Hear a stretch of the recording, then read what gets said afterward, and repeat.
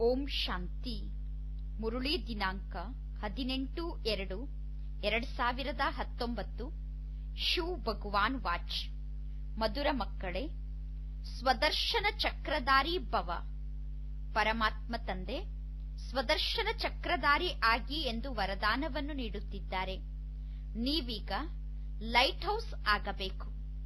ತಮ್ಮನ್ನು ಆತ್ಮ ಎಂದು ತಿಳಿದುಕೊಳ್ಳಿ. ಆತ್ಮ ಎಂದು ತಿಳಿದುಕೊಳ್ಳುವ ಮಾತಿನಲ್ಲಿ ಯಾವುದೇ ತಪ್ಪನ್ನು ಮಾಡಬೇಡಿ. ಪ್ರಶ್ನೆ: ನೀವು ಎಲ್ಲರಿಗಿಂತ ಬಹಳ ಅದ್ಭುತವಾದ ವಿದ್ಯಾರ್ಥಿಗಳಾಗಿದ್ದೀರಾ, ಹೇಗೆ? ಉತ್ತರ: ನೀವು ಗೃಹಸ್ಥ ವ್ಯವಹಾರದಲ್ಲೇ ಇರುತ್ತೀರಾ. ಶರೀರ ನಿರ್ವಹಣೆಗೋಸ್ಕರ 8 ಗಂಟೆ ಕರ್ಮವನ್ನೂ ಕೂಡ ಮಾಡುತ್ತೀರಾ. ಜೊತೆಗೆ ಭವಿಷ್ಯದ 21 ಜನ್ಮಕ್ಕೋಸ್ಕರ 8 ಗಂಟೆ ತಂದೆಯ ಸಮಾನರನ್ನಾಗಿ ಮಾಡುವಂತಹ ಸೇವೆಯನ್ನು ಮಾಡುತ್ತೀರಾ. ಎಲ್ಲವನ್ನೂ ಮಾಡುತ್ತಾ ತಂದೆಯನ್ನು ಮತ್ತು ಮನೆಯನ್ನು ನೆನಪು ಮಾಡುತ್ತೀರಾ. ನಿಮ್ಮ ಈ ವಿದ್ಯಾರ್ಥಿ ಜೀವನ ಬಹಳ ಅದ್ಭುತವಾದಂತಹ ಜೀವನ ಆಗಿದೆ. ಜ್ಞಾನ ಅಂತೂ ಬಹಳ ಸಹಜ ಇದೆ. ಕೇವಲ ನೀವೀಗ ಪಾವನ ಆಗುವಂತಹ ಪರಿಶ್ರಮ ಪಡುತ್ತೀರಾ. ಓಂ ಶಾಂತಿ. ತಂದೆ ಮಕ್ಕಳನ್ನು ಕೇಳುತ್ತಾರೆ, ನಂಬರ್ ವಾರ್ ಪುರುಷಾರ್ಥದ ಅನುಸಾರ ಮೂಲವತನ ಕೂಡ ನಿಮಗೆ ನಂಬರ್ ವಾರ್ ಪುರುಷಾರ್ಥದ ಅನುಸಾರ ಅವಶ್ಯವಾಗಿ ನೆನಪಿಗೆ ಬರುತ್ತದೆ. ಮಕ್ಕಳಿಗಂತೂ ಅವಶ್ಯವಾಗಿ ಈ ಮಾತು ನೆನಪಿಗೆ ಬರುತ್ತದೆ, ನಾವು ಮೊದಲು ಶಾಂತಿಧಾಮದಲ್ಲಿ ಇರುವಂತಹ ಶಾಂತಿಧಾಮದ ನಿವಾಸಿಗಳಾಗಿದ್ದೆವು, ನಂತರ ನಾವು ಸುಖಧಾಮಕ್ಕೆ ಹೋಗುತ್ತೇವೆ. ಈ ಮಾತು ಅವಶ್ಯವಾಗಿ ಮಕ್ಕಳಾದ ನೀವು ಆಂತರ್ಯದಲ್ಲಿ ತಿಳಿದುಕೊಂಡಿದ್ದೀರಾ. ಮೂಲವತನದಿಂದ ಹಿಡಿದು ಈ ಸಂಪೂರ್ಣ ಸೃಷ್ಟಿಚಕ್ರ ಹೇಗೆ ತಿರುಗುತ್ತದೆ ಅನ್ನುವುದು ನಿಮ್ಮ ಬುದ್ಧಿಯಲ್ಲಿ ಇದೆ. ಈ ಸಮಯದಲ್ಲಿ ನಾವು ಬ್ರಾಹ್ಮಣರಾಗಿದ್ದೇವೆ, ನಂತರ ನಾವೇ ದೇವತೆಗಳು, ಕ್ಷತ್ರಿಯರು, ವೈಶ್ಯರು, ಶೂದ್ರರಾಗುತ್ತೇವೆ. ಈಗ ಬುದ್ಧಿಯಲ್ಲಿ ಈ ಚಕ್ರ ತಿರುಗುತ್ತಿರಬೇಕು. ಮಕ್ಕಳ ಬುದ್ಧಿಯಲ್ಲಿ ಸಂಪೂರ್ಣ ಜ್ಞಾನ ಇದೆ. ತಂದೆ ತಿಳಿಸುತ್ತಿದ್ದಾರೆ, ಮೊದಲು ಈ ಮಾತು ನಿಮಗೆ ಗೊತ್ತಿರಲಿಲ್ಲ, ಈಗ ನೀವು ಈ ಜ್ಞಾನದ ಮಾತನ್ನು ತಿಳಿದುಕೊಂಡಿದ್ದೀರಾ. ದಿನ ಪ್ರತಿದಿನ ಕಳೆದಂತೆ ಆತ್ಮರಾದ ನಿಮ್ಮ ಸಂಖ್ಯೆ ವೃದ್ಧಿ ಆಗುತ್ತಾ ಹೋಗುತ್ತದೆ. ನೀವು ಅನೇಕರಿಗೆ ಕಲಿಸುತ್ತಿರುತ್ತೀರಾ. ಅವಶ್ಯವಾಗಿ ಮೊದಲು ನೀವು ಸ್ವದರ್ಶನ ಚಕ್ರಧಾರಿಗಳಾಗುತ್ತೀರಾ. ನೀವೀಗ ಇಲ್ಲಿ ಕುಳಿತಿದ್ದೀರಾ.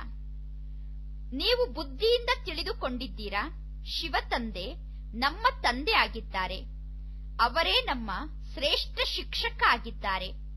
ನಮಗೆ ಶಿಕ್ಷಣವನ್ನು ಕಲಿಸುವಂತವರು ಪರಮಾತ್ಮ ತಂದೆ ಆಗಿದ್ದಾರೆ. ಆ ತಂದೆ ನಮಗೆ ತಿಳಿಸಿದ್ದಾರೆ, ನೀವು ಹೇಗೆ 84 ಜನ್ಮದ ಚಕ್ರದಲ್ಲಿ ಬರುತ್ತೀರಾ ಎಂದು. ಬುದ್ಧಿಯಲ್ಲಿ ಅವಶ್ಯವಾಗಿ ತಂದೆಯ ನೆನಪಂತೂ ಇದೆ. ಬುದ್ಧಿಯಲ್ಲಿ ತಂದೆಯ ನೆನಪು ಈಗ ಸದಾ ಇರಬೇಕು. ಪ್ರತಿಕ್ಷಣ ಬುದ್ಧಿಯಿಂದ ತಂದೆಯನ್ನು ನೆನಪು ಮಾಡಬೇಕು.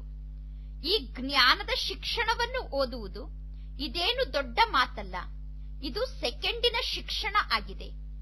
ಬುದ್ಧಿಯಲ್ಲಿ ಇರುತ್ತದೆ, ನಾವು ಎಲ್ಲಿಯ ನಿವಾಸಿಗಳಾಗಿದ್ದೇವೆ, ಪುನಃ ನಾವು ಇಲ್ಲಿಗೆ ಹೇಗೆ ಪಾತ್ರವನ್ನು ಅಭಿನಯ ಮಾಡಲು ಬರುತ್ತೇವೆ. ಇದು 84 ಜನ್ಮದ ಚಕ್ರ ಆಗಿದೆ. ಸತ್ಯುಗದಲ್ಲಿ ನಾವು ಇಷ್ಟು ಜನ್ಮವನ್ನು ಪಡೆದುಕೊಳ್ಳುತ್ತೇವೆ, ತ್ರೇತಾಯುಗದಲ್ಲಿ ಇಷ್ಟು ಜನ್ಮ. ಈ ರೀತಿ ಈ ಚಕ್ರವನ್ನು ನಾವು ಅವಶ್ಯವಾಗಿ ನೆನಪು ಮಾಡುತ್ತೇವೆ. ನಮಗೆ ಯಾವ ಸ್ಥಾನ ಸಿಕ್ಕಿದೆ, ನಾವೀಗ ಏನು ಪಾತ್ರವನ್ನು ಮಾಡಿದ್ದೇವೆ ಅನ್ನುವುದು ಅವಶ್ಯವಾಗಿ ನಮ್ಮ ಬುದ್ಧಿಯಲ್ಲಿ ಇದೆ. ಹೇಳುತ್ತಾರೆ, ಮೊದಲು ಇವರು ಡಬ್ಬಲ್ ಕಿರೀಟಧಾರಿ ದೇವತೆಗಳಾಗಿದ್ದರು, ನಂತರ ಪುನಃ ಸಿಂಗಲ್ ಕಿರೀಟಧಾರಿ ಮನುಷ್ಯರಾದರು. ಸಂಪೂರ್ಣ ರಾಜ್ಯವನ್ನು ಕಳೆದುಕೊಂಡೆವು, ತಮೋಪ್ರಧಾನ ಆಗಿಬಿಟ್ಟೆವು.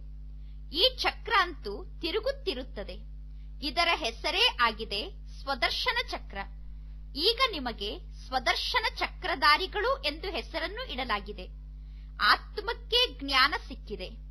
ಆತ್ಮಕ್ಕೆ ಸ್ವಯಂನ ದರ್ಶನ ಆಗಿದೆ. ಆತ್ಮಕ್ಕೆ ಗೊತ್ತಿದೆ ಗೊತ್ತಿದೆ, ನಾವು ಈ ರೀತಿ ಸೃಷ್ಟಿ ಚಕ್ರದಲ್ಲಿ ಬರುತ್ತೇವೆ. ಈಗ ಪುನಃ ನಾವು ವಾಪಸ್ ಮನೆಗೆ ಹೋಗಬೇಕು. ತಂದೆ ಹೇಳುತ್ತಿದ್ದಾರೆ, ತಂದೆಯಾದ ನನ್ನನ್ನು ನೆನಪು ಮಾಡಿ, ಆಗ ನೀವು ವಾಪಸ್ ಮನೆಗೆ ಹೋಗಿ ತಲುಪುತ್ತೀರಾ. ಈ ರೀತಿಯಲ್ಲ, ಆ ಸಮಯ ಬಂದಾಗ ನಾವು ಅದೇ ಸ್ಥಿತಿಯಲ್ಲಿ ಸ್ಥಿತಾಗಿ ಕುಳಿತುಕೊಳ್ಳುತ್ತೇವೆ ಅಲ್ಲ. ಇಲ್ಲ, ಹೊರಗಡೆ ಜಗತ್ತಿನ ಅನೇಕ ಮಾತು ನಿಮ್ಮ ಬುದ್ಧಿಯಲ್ಲಿ ನೆನಪಿಗೆ ಬರುತ್ತದೆ. ಅದಕ್ಕೋಸ್ಕರ ನೆನಪಿನಲ್ಲಿರುವ ಅಭ್ಯಾಸ ಮಾಡಬೇಕು. ಕೆಲವರಿಗೆ ಕೆಲವು ಮಾತು ನೆನಪಿಗೆ ಬರುತ್ತದೆ, ಇನ್ನು ಕೆಲವರಿಗೆ ಇನ್ನೂ ಕೆಲವು ಮಾತು ನೆನಪಿಗೆ ಬರುತ್ತದೆ. ಈಗಂತೂ ತಂದೆ ಹೇಳುತ್ತಾರೆ, ಬೇರೆ ಎಲ್ಲಾ ಮಾತುಗಳನ್ನೂ ಕೂಡ ಸಮಾಪ್ತಿ ಮಾಡಿಕೊಂಡು ಒಬ್ಬ ತಂದೆಯನ್ನು ನೆನಪು ಮಾಡಿ. ತಂದೆಯಿಂದ ಶ್ರೀಮತ ಸಿಗುತ್ತಾ ಇದೆ, ಆ ಶ್ರೀಮತದ ಪಾಲನೆ ಮಾಡಬೇಕು. ಸ್ವದರ್ಶನ ಚಕ್ರಧಾರಿಗಳಾಗಿ ಅಂತ್ಯದವರೆಗೂ ನೀವು ಪುರುಷಾರ್ಥ ಮಾಡಬೇಕು. ಮೊದಲು ನಮಗೆ ಏನೂ ಗೊತ್ತಿರಲಿಲ್ಲ, ಈಗ ತಂದೆ ಎಲ್ಲಾ ಮಾತನ್ನೂ ತಿಳಿಸುತ್ತಿದ್ದಾರೆ. ಆ ತಂದೆಯನ್ನು ನೆನಪು ಮಾಡುವುದರಿಂದ, ತಂದೆಯ ನೆನಪಿನಿಂದ ಸಂಪೂರ್ಣ ಜ್ಞಾನ ಬುದ್ಧಿಯಲ್ಲಿ ಬಂದು ಬಿಡುತ್ತದೆ. ರಚಯಿತ ಮತ್ತು ರಚನೆಯ ಆದಿ ಮಧ್ಯ ಅಂತ್ಯದ ಸಂಪೂರ್ಣ ರಹಸ್ಯ ಬುದ್ಧಿಯಲ್ಲಿ ನೆನಪಿಗೆ ಬರುತ್ತದೆ. ಈಗ ನಮಗೆ ಈ ರೀತಿ ಪಾಠವನ್ನು ತಂದೆ ಓದಿಸುತ್ತಿದ್ದಾರೆ. ನೀವು ಮನೆಯಲ್ಲಿ ಕುಳಿತು ಕೂಡ ತಂದೆಯನ್ನು ನೆನಪು ಮಾಡಬಹುದು. ಇದು ಬುದ್ಧಿಯಿಂದ ತಿಳಿದುಕೊಳ್ಳುವ ಮಾತಾಗಿದೆ. ನೀವು ವಿಚಿತ್ರ ವಿದ್ಯಾರ್ಥಿಗಳಾಗಿದ್ದೀರಾ. ತಂದೆ ತಿಳಿಸಿದ್ದಾರೆ, 8 ಗಂಟೆ ಆರಾಮನ್ನು ತೆಗೆದುಕೊಳ್ಳಿ, ರೆಸ್ಟ್ ಮಾಡಿ, ವಿಶ್ರಾಂತಿಯನ್ನು ತೆಗೆದುಕೊಳ್ಳಿ. 8 ಗಂಟೆ ಶರೀರ ನಿರ್ವಹಣೆಗೋಸ್ಕರ ಬಲೆ ಕೆಲಸವನ್ನೂ ಮಾಡಿ, ಉದ್ಯೋಗ ವ್ಯವಹಾರವನ್ನೂ ಕೂಡ ಮಾಡಲೇಬೇಕು. ಜೊತೆಗೆ ತಂದೆ ಏನು ಉದ್ಯೋಗವನ್ನು ಕೊಟ್ಟಿದ್ದಾರೆ, ಅನೇಕರನ್ನು ತಮ್ಮ ಸಮಾನ ಮಾಡಿಕೊಳ್ಳುವ ಉದ್ಯೋಗ, ಇದೂ ಕೂಡ ಶರೀರ ನಿರ್ವಹಣೆ ಆಯಿತು ತಾನೆ. ಜಗತ್ತಿನಲ್ಲಿ ಅಲ್ಪ ಕಾಲಕ್ಕೋಸ್ಕರ ಶರೀರ ನಿರ್ವಹಣೆಯನ್ನು ಮಾಡಿಕೊಳ್ಳಲು ಉದ್ಯೋಗ ವ್ಯವಹಾರ ಮಾಡುತ್ತಾರೆ.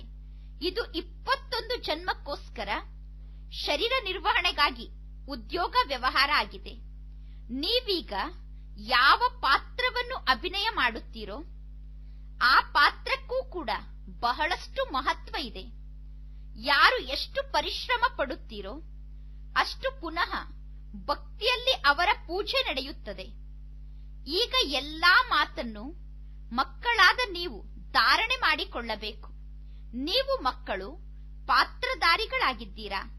ತಂದೆ ಕೇವಲ ಜ್ಞಾನವನ್ನು ನೀಡುವಂತಹ ಪಾತ್ರವನ್ನು ಅಭಿನಯ ಮಾಡುತ್ತಾರೆ. ಇನ್ನು ಶರೀರ ನಿರ್ವಹಣೆಗೋಸ್ಕರ ನೀವು ಪುರುಷಾರ್ಥ ಮಾಡುತ್ತೀರಾ. ತಂದೆ ಪುರುಷಾರ್ಥ ಮಾಡುವುದಿಲ್ಲ. ತಂದೆ ಬಂದಿರುವುದೇ ಮಕ್ಕಳಿಗೆ ಜ್ಞಾನವನ್ನು ತಿಳಿಸುವುದಕ್ಕೋಸ್ಕರ. ಈ ಪ್ರಪಂಚದ ಇತಿಹಾಸ ಭೂಗೋಳ ಹೇಗೆ ಪುನರಾವರ್ತನೆ ಆಗುತ್ತದೆ, ಈ ಚಕ್ರ ಹೇಗೆ ತಿರುಗುತ್ತದೆ ಅನ್ನುವ ಮಾತನ್ನು ತಿಳಿಸುವುದಕ್ಕೋಸ್ಕರ ತಂದೆ ಬರುತ್ತಾರೆ. ತಂದೆ ಯುಕ್ತಿಯಿಂದ ತಿಳಿಸುತ್ತಾರೆ. ತಂದೆ ತಿಳಿಸುತ್ತಾರೆ, ಮಕ್ಕಳೇ ತಪ್ಪನ್ನು ಮಾಡಬೇಡಿ. ಸ್ವದರ್ಶನ ಚಕ್ರಧಾರಿಗಳು ಅಥವಾ ಲೈಟ್ ಹೌಸ್ ಆಗಬೇಕು. ತಮ್ಮನ್ನು ಆತ್ಮ ಎಂದು ತಿಳಿದುಕೊಳ್ಳಬೇಕು. ಇದಂತೂ ನಿಮಗೆ ಗೊತ್ತಿದೆ. ಶರೀರ ಇಲ್ಲದೆ ಆತ್ಮ ಪಾತ್ರವನ್ನು ಅಭಿನಯ ಮಾಡಲು ಸಾಧ್ಯ ಇಲ್ಲ. ಮನುಷ್ಯರಿಗಂತೂ ಏನೂ ಗೊತ್ತಿಲ್ಲ. ಬಲೆ ಮನುಷ್ಯರು ನಿಮ್ಮ ಬಳಿ ಬರುತ್ತಾರೆ. ಈ ಜ್ಞಾನ ಚೆನ್ನಾಗಿದೆ ಚೆನ್ನಾಗಿದೆ ಎಂದು ಹೇಳುತ್ತಾರೆ. ಆದರೆ ಅವರು ಸ್ವಯಂ ಸ್ವದರ್ಶನ ಚಕ್ರಧಾರಿಗಳಾಗುವುದಿಲ್ಲ. ಇದರಲ್ಲಿ ಬಹಳಷ್ಟು ಅಭ್ಯಾಸವನ್ನು ಮಾಡಿಕೊಳ್ಳಬೇಕು. ನಂತರ ನೀವು ಎಲ್ಲಿಗೇ ಹೋದರೂ ಸ್ವಯಂ ಜ್ಞಾನದ ಸಾಗರರಾಗಿ ಬಿಡುತ್ತೀರಾ. ಹೇಗೆ ವಿದ್ಯಾರ್ಥಿಗಳು ಓದಿ ಟೀಚರ್ ಆಗಿ ಬಿಡುತ್ತಾರೆ, ಪುನಃ ಕಾಲೇಜ್ಗೆ ಹೋಗಿ ಓದಿಸುತ್ತಾರೆ, ಅನ್ಯ ಉದ್ಯೋಗದಲ್ಲಿ ತೊಡಗುತ್ತಾರೆ. ನಿಮ್ಮ ಉದ್ಯೋಗ ಆಗಿದೆ ಟೀಚರ್ ಆಗುವುದು. ಎಲ್ಲರನ್ನೂ ಸ್ವದರ್ಶನ ಚಕ್ರಧಾರಿಯನ್ನಾಗಿ ಮಾಡಿ. ಮಕ್ಕಳಿಗೆ ತಂದೆ ಚಿತ್ರವನ್ನು ನೀಡಿದ್ದಾರೆ. ಮಕ್ಕಳಾದ ನೀವೀಗ ಚಿತ್ರವನ್ನು ನಿರ್ಮಾಣ ಮಾಡಿದ್ದೀರಾ. ಡಬ್ಬಲ್ ಕಿರೀಟಧಾರಿ ರಾಜರ ಚಿತ್ರ ಮತ್ತು ಒಂದೇ ಕಿರೀಟವನ್ನು ಹಾಕಿಕೊಂಡಂತಹ ರಾಜರ ಚಿತ್ರ. ಈ ಚಿತ್ರವನ್ನೇನು ನಿರ್ಮಾಣ ಮಾಡಿದ್ದೀರೋ ಈ ಚಿತ್ರ ಸರಿ ಇದೆ. ಆದರೆ ಎಲ್ಲಿಯವರೆಗೂ ಡಬ್ಬಲ್ ಕಿರೀಟಧಾರಿ ದೇವತೆಗಳಾಗಿದ್ದೆವು, ಎಲ್ಲಿಯವರೆಗೂ ನಮಗೆ ಡಬ್ಬಲ್ ಕಿರೀಟ ಪ್ರಾಪ್ತಿಯಾಗಿತ್ತು, ಮತ್ತು ಎಷ್ಟು ಸಮಯದವರೆಗೂ ನಾವು ಸಿಂಗಲ್ ಕಿರೀಟಧಾರಿಗಳಾಗುತ್ತೇವೆ, ಅಂದರೆ ಒಂದು ಕಿರೀಟವನ್ನು ಹಾಕಿಕೊಳ್ಳುತ್ತೇವೆ, ಮತ್ತು ಯಾರು ಮತ್ತೆ ಯಾವಾಗ ನಮ್ಮ ರಾಜ್ಯವನ್ನು ಕಿತ್ತುಕೊಳ್ಳುತ್ತಾರೆ, ಈ ಎಲ್ಲಾ ಮಾತನ್ನು ಈ ಚಿತ್ರದಲ್ಲಿ ವಿಸ್ತಾರವಾಗಿ ಬರೆಯಬೇಕು. ಇದು ಬೇಹದ್ದಿನ ಬಹಳ ದೊಡ್ಡ ನಾಟಕ ಆಗಿದೆ. ಈಗ ಪುನಃ ನಾವು ದೇವತೆ ಆಗುತ್ತಿದ್ದೇವೆ. ಈಗ ನಾವು ಬ್ರಾಹ್ಮಣರಾಗಿದ್ದೇವೆ, ಸಂಗಮ ಯುಗದ ಬ್ರಾಹ್ಮಣರು ನಾವು. ಯಾರಿಗೂ ಕೂಡ ಈಗ ಈ ಮಾತು ಗೊತ್ತಿಲ್ಲ. ಎಲ್ಲಿಯವರೆಗೂ ನೀವು ಈ ಮಾತನ್ನು ತಿಳಿಸುವುದಿಲ್ಲವೋ ಅಲ್ಲಿಯವರೆಗೂ ಜಗತ್ತಿನಲ್ಲಿ ಯಾರಿಗೂ ಈ ಜ್ಞಾನದ ಮಾತು ಅರ್ಥ ಆಗುವುದಿಲ್ಲ. ಈಗ ನಿಮ್ಮ ಜನ್ಮ ಅಲೌಕಿಕ ಜನ್ಮ ಆಗಿದೆ. ಲೌಕಿಕ ಮತ್ತು ಪಾರಲೌಕಿಕ ತಂದೆಯಿಂದ ಆಸ್ತಿ ಸಿಗುತ್ತದೆ. ಲೌಕಿಕ ತಂದೆಯಿಂದ ಆಸ್ತಿ ಸಿಗುತ್ತದೆ, ಅಲೌಕಿಕ ತಂದೆಯಿಂದ ಆಸ್ತಿ ಸಿಗುವುದಿಲ್ಲ. ಬ್ರಹ್ಮನ ಮೂಲಕ ಶಿವ ತಂದೆ ನಿಮಗೆ ಆಸ್ತಿಯನ್ನು ಕೊಡುತ್ತಾರೆ. ಗಾಯನ ಕೂಡ ಇದೆ, ಹೇ ಪ್ರಭು. ಈ ರೀತಿ ಹೇಳುವುದಿಲ್ಲ, ಹೇ ಪ್ರಜಾಪಿತ ಬ್ರಹ್ಮ. ಲೌಕಿಕ ಮತ್ತು ಪಾರಲೌಕಿಕ ತಂದೆಯನ್ನು ನೀವೀಗ ನೆನಪು ಮಾಡುತ್ತೀರಾ.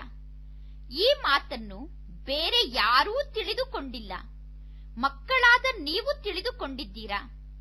ಪಾರಲೌಕಿಕ ತಂದೆ ಅವಿನಾಶಿಯಾದ ಆಸ್ತಿಯನ್ನು ಕೊಡುತ್ತಾರೆ. ಲೌಕಿಕ ತಂದೆ ವಿನಾಶ ಆಗುವಂತಹ ಆಸ್ತಿಯನ್ನು ಕೊಡುತ್ತಾರೆ. ತಿಳಿದುಕೊಳ್ಳಿ, ಯಾರಾದರೂ ರಾಜರ ಮಕ್ಕಳಿರುತ್ತಾರೆ, ರಾಜರಿಂದ ಅವರಿಗೆ 5 ಕೋಟಿ ಆಸ್ತಿ ಸಿಗುತ್ತದೆ. ಮತ್ತು ಬೇಹದ್ದಿನ ತಂದೆ ಈಗ ನಿಮಗೆ ಆಸ್ತಿಯನ್ನು ನೀಡುತ್ತಿದ್ದಾರೆ. ಆ ರಾಜರು ಕೊಟ್ಟಿರುವ 5 ಕೋಟಿ ಆಸ್ತಿ ಮತ್ತು ಬೇಹದ್ದಿನ ತಂದೆಯಿಂದ ನಿಮಗೆ ಸಿಗುತ್ತಿರುವ ಆಸ್ತಿಯನ್ನು ನೀವು ಸಮ್ಮುಖದಲ್ಲಿ ನೋಡಿದಾಗ ನೀವು ಹೇಳುತ್ತೀರಾ, ಅವರ ಆಸ್ತಿಗೆ ಹೋಲಿಕೆ ಮಾಡಿದರೆ ಇಲ್ಲಿ ಪರಮಾತ್ಮ ತಂದೆ ನಮಗೆ ಕೊಡುತ್ತಿರುವ ಆಸ್ತಿ ಅವಿನಾಶಿ ಆಸ್ತಿಯಾಗಿದೆ. ಜಗತ್ತಿನಲ್ಲಿರುವ ಎಲ್ಲಾ ಆಸ್ತಿಗಳೂ ಕೂಡ ವಿನಾಶ ಆಗುವಂತದ್ದಾಗಿದೆ. ಇಂದು ಯಾರು ಕೋಟ್ಯಾಧಿಪತಿ ಆಗಿದ್ದಾರೋ ಅವರನ್ನೂ ಕೂಡ ಮಾಯೆ ಹಿಡಿದುಕೊಂಡು ಬಿಟ್ಟಿದೆ. ಅವರು ಜ್ಞಾನ ಮಾರ್ಗಕ್ಕೆ ಬರುವುದಿಲ್ಲ. ತಂದೆ ಬಡವರ ಬಂಧು ಆಗಿದ್ದಾರೆ. ಭಾರತ ಬಡದೇಶ ಆಗಿದೆ. ಭಾರತದಲ್ಲಿ ಮನುಷ್ಯರು ಬಹಳಷ್ಟು ಬಡವರಾಗಿದ್ದಾರೆ.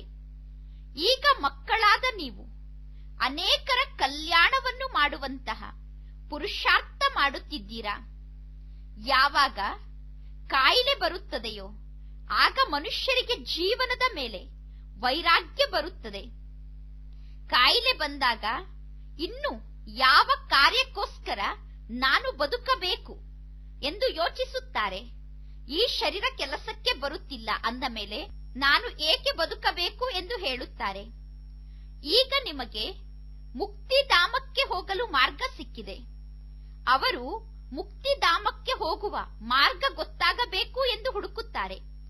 ದುಃಖದಿಂದ ಮುಕ್ತ ಆಗುವುದಕ್ಕೋಸ್ಕರ ಮುಕ್ತಿಯನ್ನು ನೀಡು ಎಂದು ಪರಮಾತ್ಮ ತಂದೆಯನ್ನು ಬೇಡುತ್ತಾರೆ. ಸತ್ಯುಗದಲ್ಲಿ ನೀವು ಮುಕ್ತಿಯನ್ನು ಬೇಡುವುದಿಲ್ಲ, ಏಕೆಂದರೆ ಅಲ್ಲಿ ದುಃಖ ಇಲ್ಲ. ಈ ಮಾತನ್ನು ಈಗ ನೀವು ತಿಳಿದುಕೊಂಡಿದ್ದೀರಾ. ತಂದೆಯ ಮಕ್ಕಳ ಸಂಖ್ಯೆ ವೃದ್ಧಿಯಾಗುತ್ತಾ ಇದೆ. ಯಾರು ಸೂರ್ಯವಂಶಿ ಮತ್ತು ಚಂದ್ರವಂಶಿ ದೇವತೆಗಳಾಗುವಂತವರಿದ್ದಾರೋ ಅವರೇ ಬಂದು ಅವಶ್ಯವಾಗಿ ಜ್ಞಾನವನ್ನು ಪಡೆದುಕೊಳ್ಳುತ್ತಾರೆ. ನಂಬರ್ ವಾರ್ ಪುರುಷಾರ್ಥದ ಅನುಸಾರ ಈ ಜ್ಞಾನವನ್ನು ತಂದೆಯನ್ನು ಬಿಟ್ಟು ಬೇರೆ ಯಾರೂ ತಿಳಿಸಲು ಸಾಧ್ಯ ಇಲ್ಲ. ಈಗ ನೀವು ಬೇಹದ್ದಿನ ತಂದೆಯನ್ನು ಬಿಟ್ಟು ಬೇರೆ ಎಲ್ಲಿಗೂ ಹೋಗುವುದಿಲ್ಲ. ಯಾರಿಗೆ ತಂದೆಯ ಬಗ್ಗೆ ಪ್ರೀತಿ ಇದೆ ಅವರು ತಿಳಿದುಕೊಳ್ಳುತ್ತಾರೆ, ಈ ಜ್ಞಾನ ಅಂತೂ ಬಹಳ ಸಹಜ ಇದೆ. ಇನ್ನು ನೀವು ಪಾವನ ಆಗಲು ಹೋದಾಗ ಮಾಯೆ ವಿಘ್ನವನ್ನು ಹಾಕುತ್ತದೆ. ನೀವೀಗ ಯಾವುದೇ ಮಾತಿನಲ್ಲೂ ತಪ್ಪನ್ನು ಮಾಡಬಾರದು. ತಪ್ಪನ್ನು ಮಾಡಿದರೆ ನಿಮ್ಮ ತಪ್ಪಿನ ಕಾರಣ ಮಾಯೆ ನಿಮ್ಮನ್ನು ಸೋಲಿಸುತ್ತದೆ. ಅದಕ್ಕೋಸ್ಕರ ಬಾಕ್ಸಿಂಗ್ನ ಉದಾಹರಣೆ ಇಲ್ಲಿಗೆ ಹೋಲಿಕೆ ಬಹಳ ಚೆನ್ನಾಗಿ ಆಗುತ್ತದೆ. ಬಾಕ್ಸಿಂಗ್ನಲ್ಲಿ ಒಬ್ಬರು ಇನ್ನೊಬ್ಬರ ಮೇಲೆ ವಿಜಯಿಗಳಾಗುತ್ತಾರೆ. ಮಕ್ಕಳಿಗೆ ಗೊತ್ತಿದೆ, ಈಗ ಮಾಯೆ ನಮ್ಮನ್ನು ಸೋಲಿಸಿ ಬಿಡುತ್ತದೆ. ತಂದೆ ಹೇಳುತ್ತಾರೆ, ಮಧುರ ಮಕ್ಕಳೇ, ತಮ್ಮನ್ನು ಆತ್ಮ ಎಂದು ತಿಳಿದುಕೊಳ್ಳಿ. ತಂದೆ ಸ್ವಯಂ ಹೇಳುತ್ತಾರೆ, ಆತ್ಮ ಎಂದು ತಿಳಿದುಕೊಂಡು ನನ್ನನ್ನು ನೆನಪು ಮಾಡುವ ವಿಷಯದಲ್ಲಿ ನೀವೀಗ ಪರಿಶ್ರಮ ಪಡಬೇಕಾಗುತ್ತದೆ. ಇದರಲ್ಲೇ ಪರಿಶ್ರಮ ಇದೆ. ತಂದೆ ಬಹಳ ಸಹಜವಾದ ಯುಕ್ತಿಯನ್ನು ಮಕ್ಕಳಿಗೆ ತಿಳಿಸುತ್ತಿದ್ದಾರೆ. ನಾನು ಆತ್ಮ ಆಗಿದ್ದೇನೆ. ನಾನು ಒಂದು ಶರೀರವನ್ನು ಬಿಟ್ಟು ಇನ್ನೊಂದು ಶರೀರವನ್ನು ಪಡೆದುಕೊಳ್ಳುತ್ತೇನೆ. ಆತ್ಮ ಪಾತ್ರವನ್ನು ಅಭಿನಯ ಮಾಡುತ್ತದೆ. ಬೇಹದ್ದಿನ ತಂದೆಗೆ ನಾವೀಗ ಮಕ್ಕಳಾಗಿದ್ದೇವೆ ಅನ್ನುವ ಮಾತನ್ನು ಚೆನ್ನಾಗಿ ಪಕ್ಕಾ ಮಾಡಿಕೊಳ್ಳಬೇಕು. ಬಾಬಾ ಕೂಡ ಫೀಲ್ ಮಾಡುತ್ತಾರೆ, ಮಾಯೆ ಮಕ್ಕಳ ಬುದ್ಧಿಯೋಗವನ್ನು ಕಟ್ ಮಾಡಿ ಬಿಡುತ್ತದೆ ಎಂದು. ಬಾಬಾರವರಿಗೂ ಅನುಭವ ಆಗುತ್ತದೆ, ಮಾಯೆ ಮಕ್ಕಳಿಗೆ ನನ್ನನ್ನು ನೆನಪು ಮಾಡಲು ಬಿಡುವುದಿಲ್ಲ, ಮಾಯೆ ಇವರ ಬುದ್ಧಿಯೋಗವನ್ನು ಕಟ್ ಮಾಡಿ ಬಿಡುತ್ತದೆ ಎಂದು ತಂದೆ ಅನುಭವ ಮಾಡುತ್ತಾರೆ. ನಂಬರ್ ವಾರಂತೂ ಇದ್ದೇವೆ. ನಮ್ಮ ಈಗಿನ ಪುರುಷಾರ್ಥದ ಲೆಕ್ಕದಿಂದ ರಾಜ್ಯಧಾನಿ ತಯಾರಾಗುತ್ತದೆ. ಎಲ್ಲರೂ ಏಕರಸ ಸ್ಥಿತಿ ಉಳ್ಳವರಾಗಿ ಬಿಟ್ಟರೆ ರಾಜ್ಯಧಾನಿ ತಯಾರಾಗಲು ಸಾಧ್ಯ ಇಲ್ಲ. ರಾಜ್ಯಧಾನಿಯಲ್ಲಿ ರಾಜ, ರಾಣಿ, ಪ್ರಜೆ, ಶ್ರೀಮಂತರು ಎಲ್ಲರೂ ತಯಾರಾಗುತ್ತಾರೆ. ಈ ಮಾತನ್ನು ಮಕ್ಕಳಾದ ನಿಮ್ಮನ್ನು ಬಿಟ್ಟು ಬೇರೆ ಯಾರೂ ತಿಳಿದುಕೊಂಡಿಲ್ಲ. ನೀವೀಗ ನಿಮ್ಮ ರಾಜ್ಯಧಾನಿಯನ್ನು ಸ್ಥಾಪನೆ ಮಾಡುತ್ತಿದ್ದೀರಾ.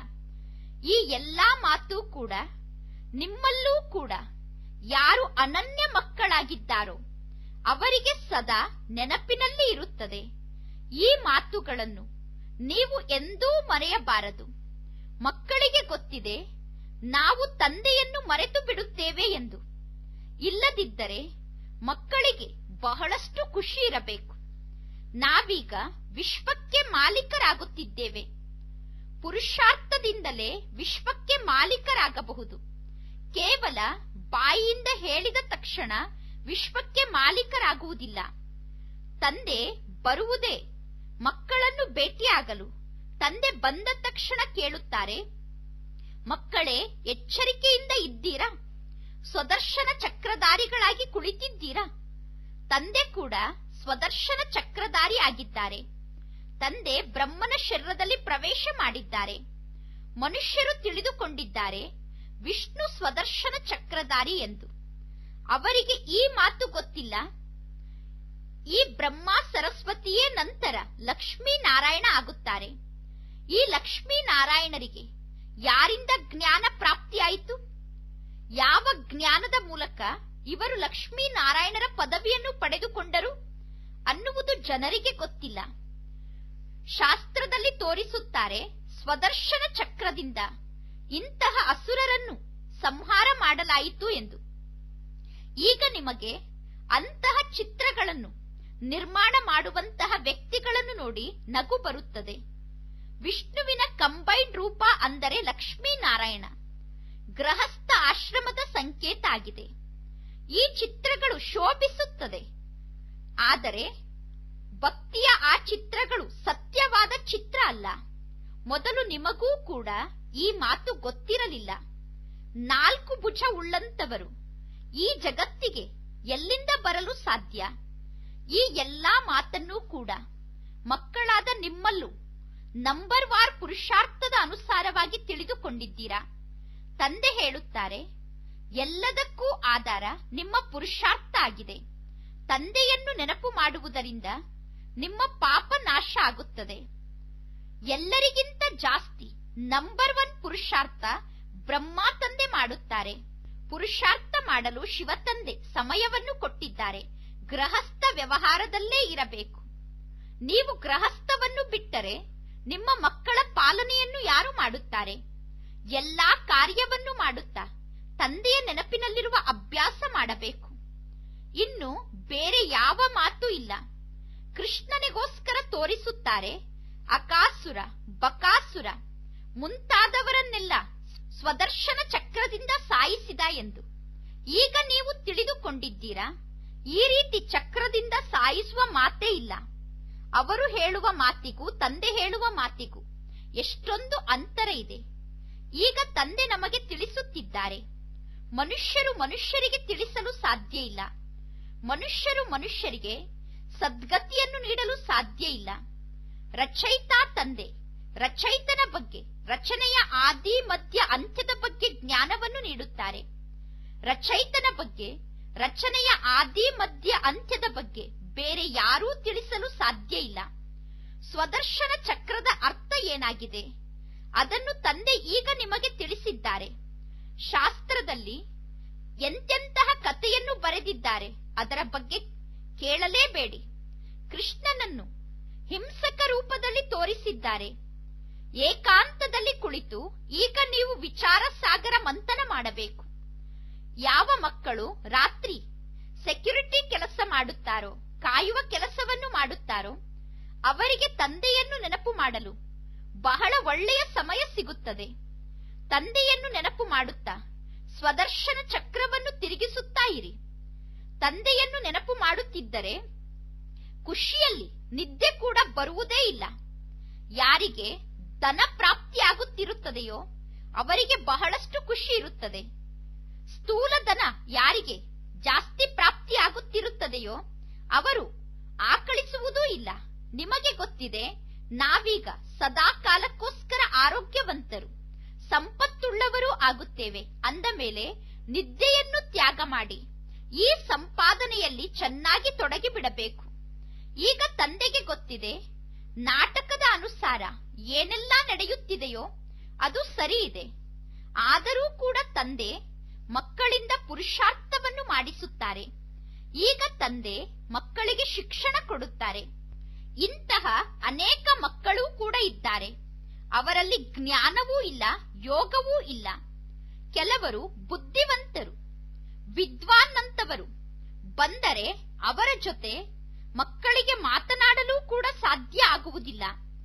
ಸೇವಾದಾರಿ ಮಕ್ಕಳಿಗೆ ಗೊತ್ತಿದೆ, ನಮ್ಮಲ್ಲಿ ಜ್ಞಾನವನ್ನು ತಿಳಿಸುವಂತವರು ಯಾರು ಒಳ್ಳೆಯ ಪುರುಷಾರ್ಥಿಗಳಾಗಿದ್ದಾರೆ. ಸೇವಾದಾರಿ ಮಕ್ಕಳಿಗೆ ಗೊತ್ತಿದೆ, ಜ್ಞಾನವನ್ನು ತಿಳಿಸುವಂತಹ ಒಳ್ಳೊಳ್ಳೆ ಮಕ್ಕಳು ನಮ್ಮ ಬಳಿ ಯಾರಿದ್ದಾರೆ ಎಂದು. ಬಾಬಾ ಕೂಡ ನೋಡುತ್ತಾರೆ, ಬುದ್ಧಿವಂತರು, ಬಹಳಷ್ಟು ಓದಿರುವಂತವರು, ಬಹಳ ಒಳ್ಳೆಯ ವ್ಯಕ್ತಿಗಳು ಜ್ಞಾನ ಕೇಳಲು ಬಂದಾಗ ಅವರಿಗೆ ಜ್ಞಾನವನ್ನು ತಿಳಿಸುವಂತಹ ಆತ್ಮರು ಬುದ್ಧಿಹೀನರಾಗಿದ್ದರೆ ತಂದೆ ಸ್ವಯಂ ಅವರಲ್ಲಿ ಪ್ರವೇಶ ಮಾಡಿ ಸಮ್ಮುಖದಲ್ಲಿರುವ ಬುದ್ಧಿವಂತ ಆತ್ಮವನ್ನು ಮೇಲೆತ್ತುತ್ತಾರೆ. ಯಾರು ಸತ್ಯವಂತ ಮಕ್ಕಳಾಗಿದ್ದಾರೋ ಅವರು ಹೇಳುತ್ತಾರೆ, ನನಗೆ ಇಷ್ಟೊಂದು ಜ್ಞಾನ ಗೊತ್ತೇ ಇರಲಿಲ್ಲ, ಇಷ್ಟೊಂದು ಜ್ಞಾನ ನಾನು ಎಂದೂ ಹೇಳಿಲ್ಲ, ನನಗೆ ಹೇಳಲು ಬರುವುದೂ ಇಲ್ಲ. ತಂದೆ ಬಂದು ಇವರಿಗೆ ಜ್ಞಾನವನ್ನು ತಿಳಿಸಿದ್ದಾರೆ ಎಂದು ಬುದ್ಧಿಹೀನರಾದ ಸತ್ಯ ಮಕ್ಕಳು ಹೇಳುತ್ತಾರೆ. ಕೆಲವರಿಗೆ ಸ್ವಯಂನ ಅಹಂಕಾರ ಬಂದು ಬಿಡುತ್ತದೆ. ಈಗ ಶಿವ ತಂದೆ ಬಂದು ಜ್ಞಾನ ಹೇಳುವುದು, ಮಕ್ಕಳಿಗೆ ಸಹಾಯ ಮಾಡುವುದು, ಇದೆಲ್ಲವೂ ನಾಟಕದಲ್ಲಿ ಫಿಕ್ಸ್ ಆಗಿದೆ. ಈ ನಾಟಕ ಬಹಳ ವಿಚಿತ್ರ ಆಗಿದೆ. ಈ ನಾಟಕದ ಬಗ್ಗೆ ಜ್ಞಾನವನ್ನು ಅರ್ಥ ಮಾಡಿಕೊಳ್ಳಲು ಬಹಳಷ್ಟು ವಿಶಾಲ ಬುದ್ಧಿ ಉಳ್ಳವರು ಆಗಬೇಕು. ಈಗ ಮಕ್ಕಳಿಗೆ ಗೊತ್ತಿದೆ, ನಮ್ಮ ರಾಜಧಾನಿ ಸ್ಥಾಪನೆ ಆಗುತ್ತಾ ಇದೆ. ನಮ್ಮ ರಾಜ್ಯದಲ್ಲಿ ಎಲ್ಲರೂ ಸುಂದರರಾಗಿ ಇರುತ್ತಾರೆ. ಅಲ್ಲಿ ಯಾರು ಕಪ್ಪಾಗಿ ಇರುವಂತವರು ಇರುವುದೇ ಇಲ್ಲ. ಈಗ ನೀವು ಬಿಳಿ ಬಣ್ಣದ ಚಿತ್ರ, ಕಪ್ಪು ಬಣ್ಣದ ಚಿತ್ರವನ್ನು ನಿರ್ಮಾಣ ಮಾಡಿ ಅದರಲ್ಲಿ ಬರೆಯಿರಿ, 63 ಜನ್ಮ ಕಾಮಚಿತೆಯ ಮೇಲೆ ಕುಳಿತು ಈ ರೀತಿ ಕಪ್ಪಾಗಿ ಬಿಟ್ಟಿದ್ದೇವೆ, ಆತ್ಮವೇ ಕಪ್ಪಾಗುತ್ತದೆ. ಲಕ್ಷ್ಮೀ ನಾರಾಯಣರ ಕಪ್ಪು ಚಿತ್ರವನ್ನು ನಿರ್ಮಾಣ ಮಾಡಿದ್ದಾರೆ. ಆದರೆ ಯಾರಿಗೂ ಇದು ಗೊತ್ತಿಲ್ಲ, ಇವರ ಆತ್ಮ ಕೂಡ ಕಪ್ಪಾಗುತ್ತದೆ ಎಂದು. ಇವರೇ ಸತ್ಯುಗದ ಮಾಲೀಕರಾಗಿದ್ದರು, ಸುಂದರ ಆಗಿದ್ದರು. ನಂತರ ಕಾಮಚಿತೆಯ ಮೇಲೆ ಕುಳಿತು ಕಪ್ಪಾಗಿ ಬಿಟ್ಟಿದ್ದಾರೆ. ಆತ್ಮ ಪುನರ್ಜನ್ಮವನ್ನು ಪಡೆದುಕೊಳ್ಳುತ್ತಾ ತಮೋಪ್ರಧಾನ ಆಗುತ್ತದೆ. ಯಾವಾಗ ಆತ್ಮ ಕಪ್ಪಾಗುತ್ತದೆಯೋ ಆಗ ಶರೀರ ಕೂಡ ಕಪ್ಪಾಗಿ ಬಿಡುತ್ತದೆ. ಈಗ ನೀವು ನಗುತ್ತಾ ನಗುತ್ತಾ ಯಾರನ್ನು ಬೇಕಾದರೂ ಕೇಳಬಹುದು, ಲಕ್ಷ್ಮೀ ನಾರಾಯಣರು ಕಪ್ಪು ರೂಪದಲ್ಲಿ ಏಕೆ ಇದ್ದಾರೆ? ಕೆಲವು ಕಡೆ ಇವರನ್ನು ಬಿಳಿ ರೂಪದಲ್ಲಿ, ಸುಂದರ ರೂಪದಲ್ಲಿ ತೋರಿಸುತ್ತೀರಾ? ಇನ್ನು ಕೆಲವು ಕಡೆ ಕಪ್ಪು ರೂಪದಲ್ಲಿ ತೋರಿಸುತ್ತೀರಾ, ಅದಕ್ಕೆ ಕಾರಣ ಏನು ಎಂದು ಕೇಳಬೇಕು. ಅವರಿಗೆ ಜ್ಞಾನ ಅಂತೂ ಗೊತ್ತಿಲ್ಲ. ಕೃಷ್ಣನ ಸುಂದರ ರೂಪ ಮತ್ತು ಕೃಷ್ಣನ ಕಪ್ಪು ರೂಪವನ್ನು ತೋರಿಸುತ್ತಾರೆ. ಈಗ ನೀವು ಈ ಎಲ್ಲಾ ಮಾತನ್ನು ತಿಳಿದುಕೊಂಡಿದ್ದೀರಾ. ಈಗ ನಿಮಗೆ ಜ್ಞಾನದ ಮೂರನೇ ನೇತ್ರ ಸಿಕ್ಕಿದೆ. ಒಳ್ಳೆಯದು. ಮಧುರಾತಿ ಮಧುರ ಅಗಲಿ ಹೋಗಿ ಮರಳಿ ಸಿಕ್ಕಿರುವ ಮಕ್ಕಳ ಪ್ರತಿ ಮಾತ್ಪಿತಾ ಬಾಪ್ದಾದರವರ ನೆನಪು, ಪ್ರೀತಿ ಹಾಗೂ ಸುಪ್ರಭಾತ. ಆತ್ಮಿಕ ಮಕ್ಕಳಿಗೆ ಆತ್ಮಿಕ ತಂದೆಯ ನಮಸ್ತೆ. ಆತ್ಮಿಕ ತಂದೆಗೆ ಆತ್ಮಿಕ ಮಕ್ಕಳ ನೆನಪು, ಪ್ರೀತಿ ಹಾಗೂ ನಮಸ್ತೆ ನಮಸ್ತೆ ನಮಸ್ತೆ. ಧಾರಣೆಗೋಸ್ಕರ ಮುಖ್ಯ ಸಾರ. ಫಸ್ಟ್ ಪಾಯಿಂಟ್, ಖುಷಿಯಿಂದ ಭರ್ಪೂರಾಗಿ ಇರುವುದಕ್ಕೋಸ್ಕರ ಏಕಾಂತದಲ್ಲಿ ಕುಳಿತು ಪ್ರಾಪ್ತಿಯಾದಂತಹ ಜ್ಞಾನಧನದ ಸ್ಮರಣೆಯನ್ನು ಮಾಡಬೇಕು. ಏಕಾಂತದಲ್ಲಿ ಕುಳಿತು ಜ್ಞಾನದ ಸ್ಮರಣೆಯನ್ನು ಮಾಡಿದಾಗ ಖುಷಿಯಿಂದ ಭರ್ಪೂರಾಗಿ ಇರಬಹುದು.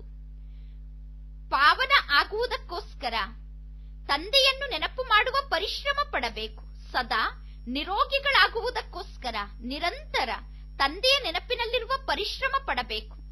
ಸೆಕೆಂಡ್ ಪಾಯಿಂಟ್, ತಂದೆಯ ಸಮಾನ ಮಾಸ್ಟರ್ ಜ್ಞಾನದ ಸಾಗರರಾಗಿ ಎಲ್ಲರನ್ನೂ ಸ್ವದರ್ಶನ ಚಕ್ರಧಾರಿಯನ್ನಾಗಿ ಮಾಡಬೇಕು.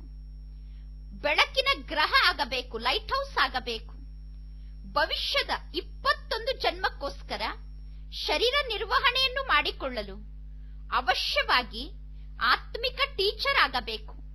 ವರದಾನ: ಅವಿನಾಶಿ ಉಮಂಗುತ್ಸಾಹದ ಮೂಲಕ ಬಿರುಗಾಳಿಯನ್ನು ಬಹುಮಾನವನ್ನಾಗಿ ಮಾಡಿಕೊಳ್ಳುವಂತಹ ಶ್ರೇಷ್ಠ ಬ್ರಾಹ್ಮಣ ಆತ್ಮರಾಗಿ. ಉಮಂಗುತ್ಸಾಹ ಬ್ರಾಹ್ಮಣರ ಹಾರುವ ಕಲೆಯ ರೆಕ್ಕೆ ಆಗಿದೆ. ಈ ಉಮಂಗುತ್ಸಾಹ ಅನ್ನುವ ರೆಕ್ಕೆಯಿಂದ ಸದಾ ಹಾರುತ್ತಾ ಇರಿ. ಉಮಂಗುತ್ಸಾಹ ಅನ್ನುವಂಥದ್ದು ಬ್ರಾಹ್ಮಣ ಆತ್ಮರಿಗೋಸ್ಕರ ಬಹಳ ದೊಡ್ಡ ಶಕ್ತಿಯಾಗಿದೆ.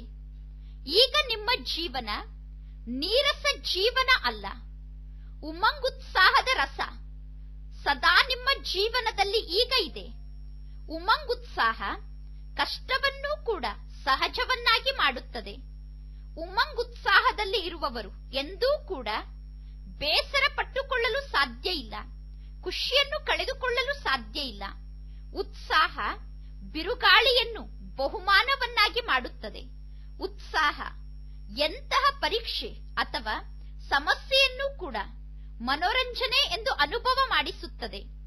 ಈ ರೀತಿ ಅವಿನಾಶಿ ಉಮಂಗುತ್ಸಾಹದಲ್ಲಿ ಇರುವಂತವರೇ ಶ್ರೇಷ್ಠ ಬ್ರಾಹ್ಮಣರಾಗಿದ್ದಾರೆ.